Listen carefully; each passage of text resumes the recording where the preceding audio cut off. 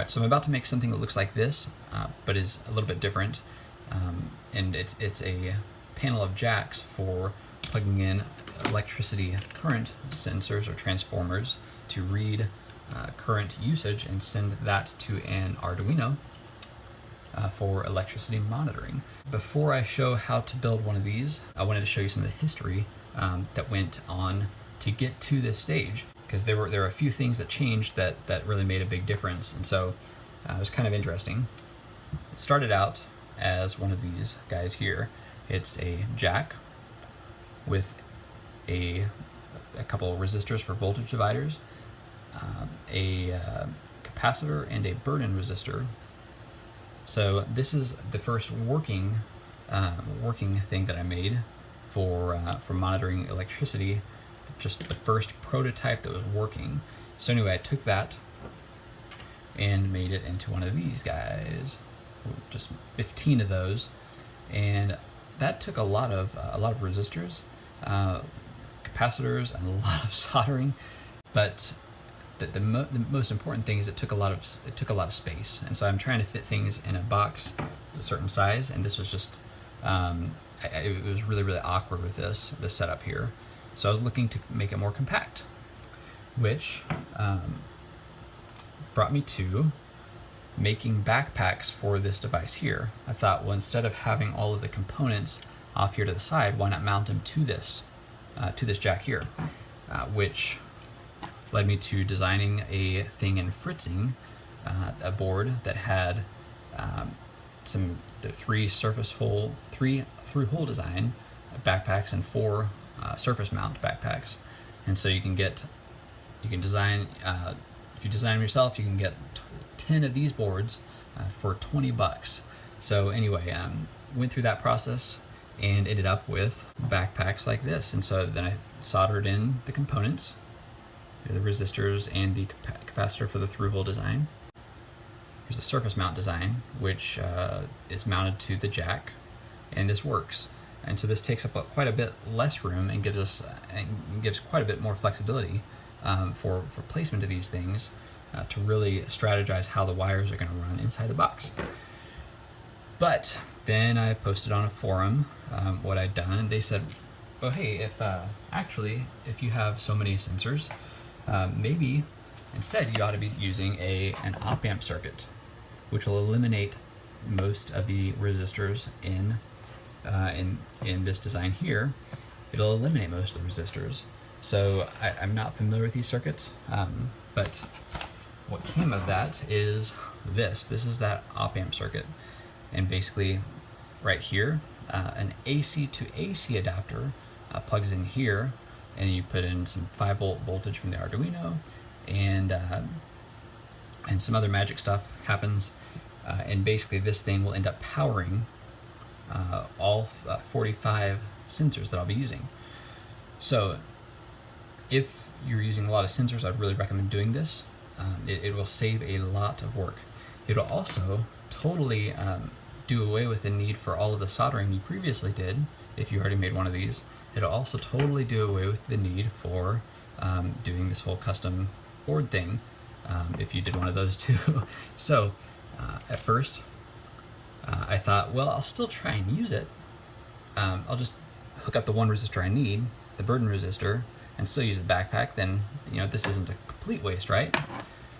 But that was a little bit excessive, even that. So I took just the jack, put the burden resistor on the back like that, to the 2 pins that are two legs that are relevant on this particular jack, and then mounted them to a board, to a shield like this. And so the shield starts out like that, mounted them there, and did all the wiring nice and organized, and this works. So this is one that I'll be using in the box, in the final monitoring system. But there is one issue that I thought about after I made it. Wouldn't it be nice if the jacks they're plugged in like this? So then ended up making one of these that does not work. But it does allow plugging in from the top and exposes more of the shield to use for other things, which is cool. So, man, I'm really deep. But anyway, so I spent some time banging my head against the wall today trying to figure out what's wrong with this, because I was totally expecting it to work perfect since I didn't test until after I had all 15 done. Ended up taking apart one of these and found that polarity does actually matter in these little sensor things. And since polarity matters, it's important that you do these things right and wire the jacks with the correct polarity. In this case, the shared line running across the top there, and which is the sleeve of the jack or of the plug, and then these rows here that run vertically are running towards where the pin of the plug or the tip of the plug would be plugging into. Anyway, point is they're upside down, so this is probably not going to be used. It's going to be complicated to make this work. The next step then was to do the same thing but cut the traces and then add a wire along the bottom. So this works. We just cut a trace up there between each of these and run a wire, and then that will work well. And so I have tested that, and that does work. But then, instead of having a jack mounted like this surface mount, which is a surface mount jack on a through-hole board, which is silly, now I'm going to use a surface mount jack on a through-hole board and I'm going to turn the surface mount jack into a through-hole jack, so I rotated it that way and put it through the holes, which worked. And so now that's a lot easier to make. It's a lot easier to cut those traces, and then there's already a pad of solder there for starting that surface mount resistor. Then I'd run a wire across here and be done. But why am I cutting the trace up here to have individual sensors being read from up here, but then joining all these down here? What if instead I just did this? The plug isn't going to fit in here very well because the rest of the board's there, so I'll cut it in advance right about there. I'll cut that row out all the way down, and that will be, I think, a really, really nice, compact, clean, easy to make design of a lot of jacks to fit in a small space, to be able to mount vertically on a board, and really be able to fit a lot together in a clean way. So that's the plan, and so that's what's happening next. So I have a fine-tooth blade running at a slow speed here.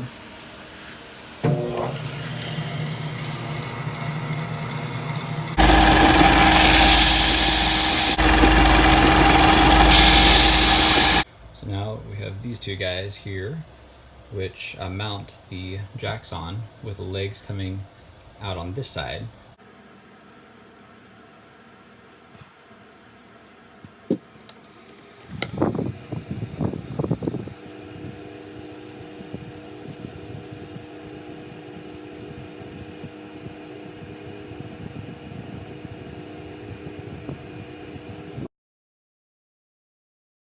It's now time for the surface mount resistors, which are pretty fascinating and easy to work with once you get the hang of it. So I'm going to use this rail here. Just remelt that solder like that. And now that's glued there for a little bit.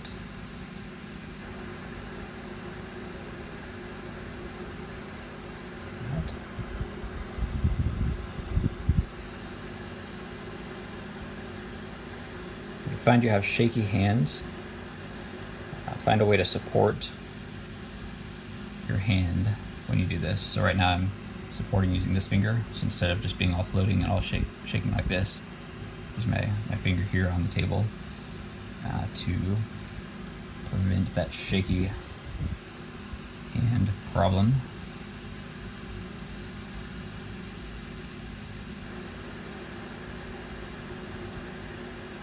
First, I was really concerned about these resistors, and like, they're so tiny, they seem so delicate.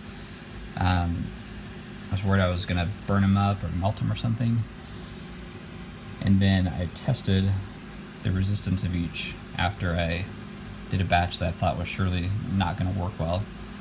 And the resistance matched within the 1% tolerance. So I'm no expert, but it seems like these aren't as, you shouldn't be afraid of these as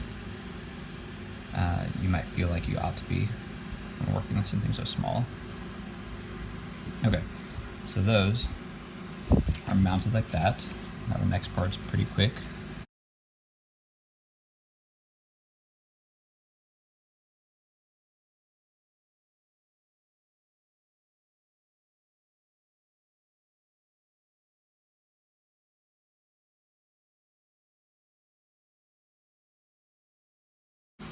Don't feel like I'm any sort of expert at doing this. You can probably tell that already. I mean, for one, I'm just mounting surface resistors on a through-hole board. It's probably enough of a giveaway.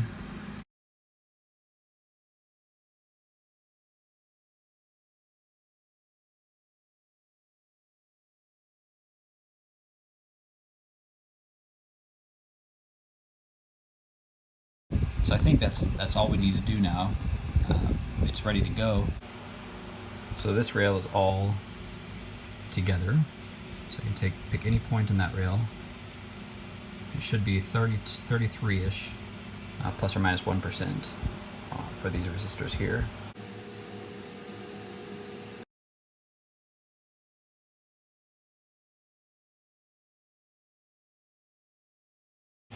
There it is. So this board's good to go and is ready to mount on a shield. However would fit best for the application.